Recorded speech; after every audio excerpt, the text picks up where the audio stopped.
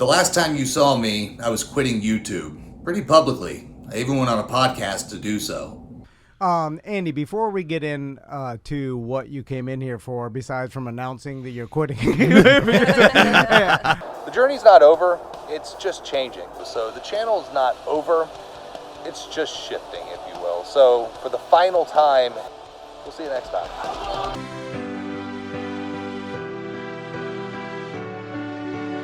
So, how did I go from there to here? Welcome to the Vegas video series. Did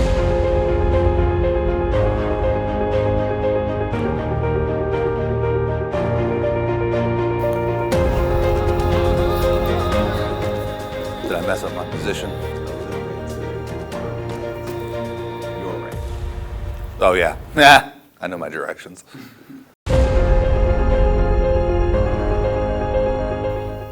Seven card flush, poker vlog, episode 1, take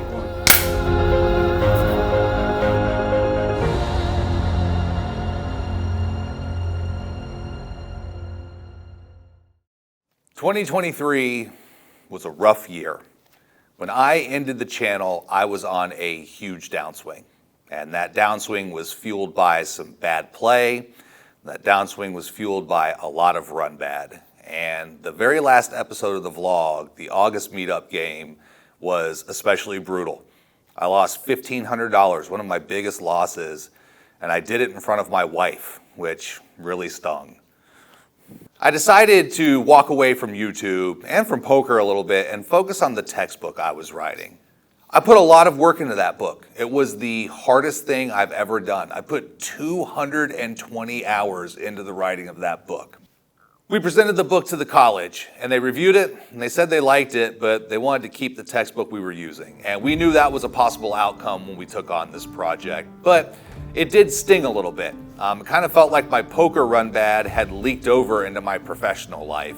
I'd played some poker here and there at Orange City, but I still couldn't get anything going. I'd have 1 or 2 sessions where I'd book some small wins, followed by booking a huge loss. And it all kind of came to a head in late 2023 when I just went and played terribly and saw some of the grossest runouts I had seen in a while. And I drove home that day, furious. And I remember screaming at God, "Stay out of my way." And I quit playing poker for a while. Was my demise funny to you? Yeah, I was actually going to say, I'm sorry. Fast forward to December of 2024, and my brother tells me he's going to Vegas with a friend of his from work. My brother's not even much of a gambler, so I was surprised he even wanted to go on that trip. I pretended to be happy for him, but deep down inside, I was just stewing with jealousy. How come he gets to go to Vegas and I don't? Fast forward again to April of 2025, and he's over at my house helping me fix my screen porch, and he tells me he's going back to Vegas with his friend in August, and I couldn't hide how I felt about it. I could not pretend to be happy for him in this moment. I remember he told me about it, I processed it, and then about 10 minutes later in the middle of fixing the screen, and this is my brother's favorite quote, I just said, "God, I'm so angry right now." He left my house that day, and it was not a very pleasant leaving. I appreciated his help on the screen porch, but deep down inside, I wanted to kill him. A few days later, though, I got a call.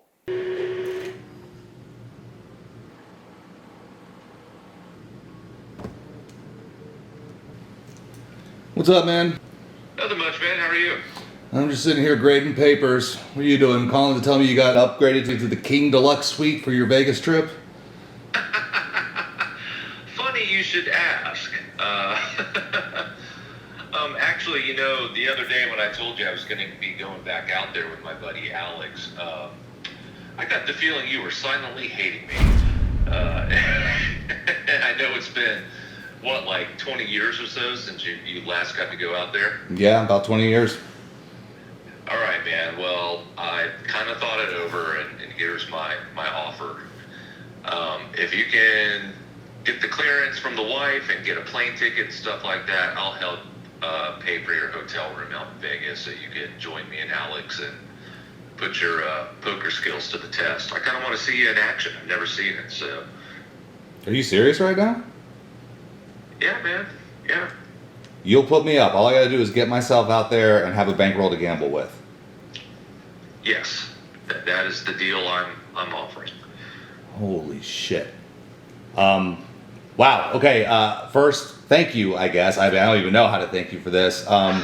Let me start putting this. Think of a few ways when we're out in Vegas. let me talk to my wife and start putting this plan in motion, and I will get back to you. Okay, man. Well, I look forward to boarding a plane with you and you coming back a winner. Dude, this is awesome. I can't wait. Let's do this. Okay, man. All right. Talk to you soon. All right, man. See you. All right. Bye.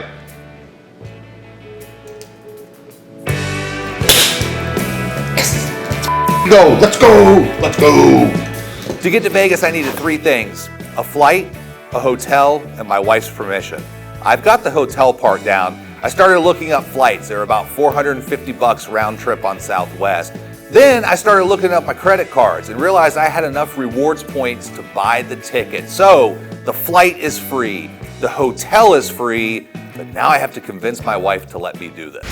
We sat down and talked about it, and her reaction was what I expected. She laughed and told me no. There was no way I was going to Vegas without her and spending our credit card rewards dollars on the ticket.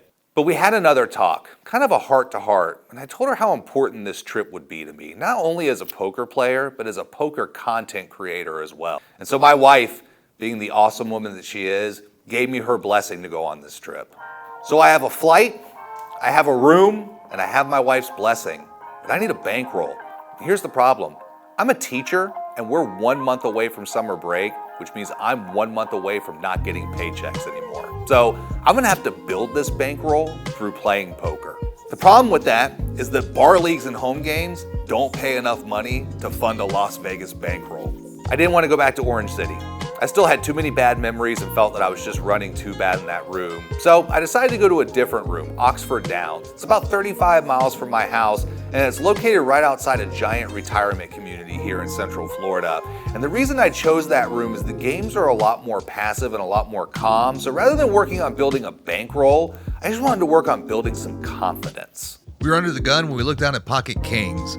I opened for $10, which is actually a tad large for this room. Only the big blind calls, so we're heads up. The flop is Jack 9-4 with 2 clubs. It checks over to me, and I'm going to c-bet my entire range here, so I continue for another $10. Big blind's happy with the price, and so he calls. We're off to a turn. The turn is a 7 of diamonds. Feels like a real blank. My opponent checks again, and seeing how quickly he's put money into this pot, I want to get him to do it again, and so this time I bet $25. He doesn't take too long to call, so we'll see a river. The river is a 7 of hearts, so it pairs the board, but the flush draw breaks out.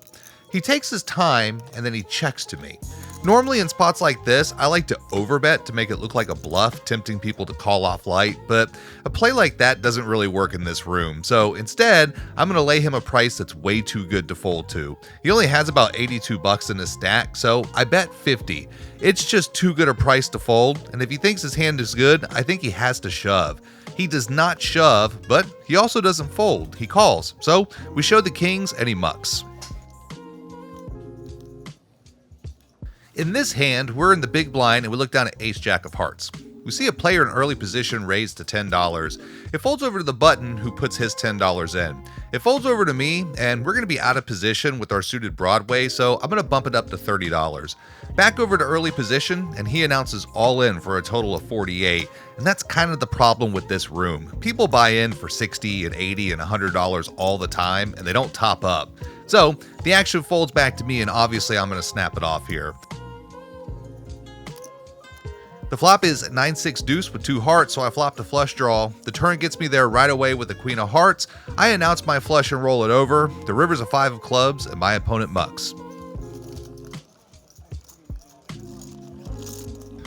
In this hand, we're in the low jack, and we look down at 8-6 of clubs. There's one limp before the action gets to me, and I bump it up to $10. I like raising these suited connector and suited gapper hands. To my surprise, we get calls from the hijack, the cutoff, and early position, so we're 4 ways. The flop is 9-4 deuce, so I kind of whiffed here. Early position checks, I check, and it checks around. The turn is a 4 of clubs, so now I've picked up a flush draw. It checks over to me again, and so this time I fire for $22. I'm confident if someone has a 4, we're going to hear from them. However, all 3 players end up folding. So that's just kind of how the action is at this room. The plus side is it's very hard to lose money. It's an OMC fest. No one buys in deep. If they raise or jam, especially on the river, they have it. It's very hard to dump multiple $300 buy-ins. On the downside, it's also hard to make a lot of money. And God forbid you end up on the wrong side of an all-in for your stack, it can take forever and a lot of work to try to get back to even. While it's doing great things for my confidence and my nerves, it's not getting me ready for the action that's going to be in Vegas. If I truly want to prep for my trip, I think I know where I have to go.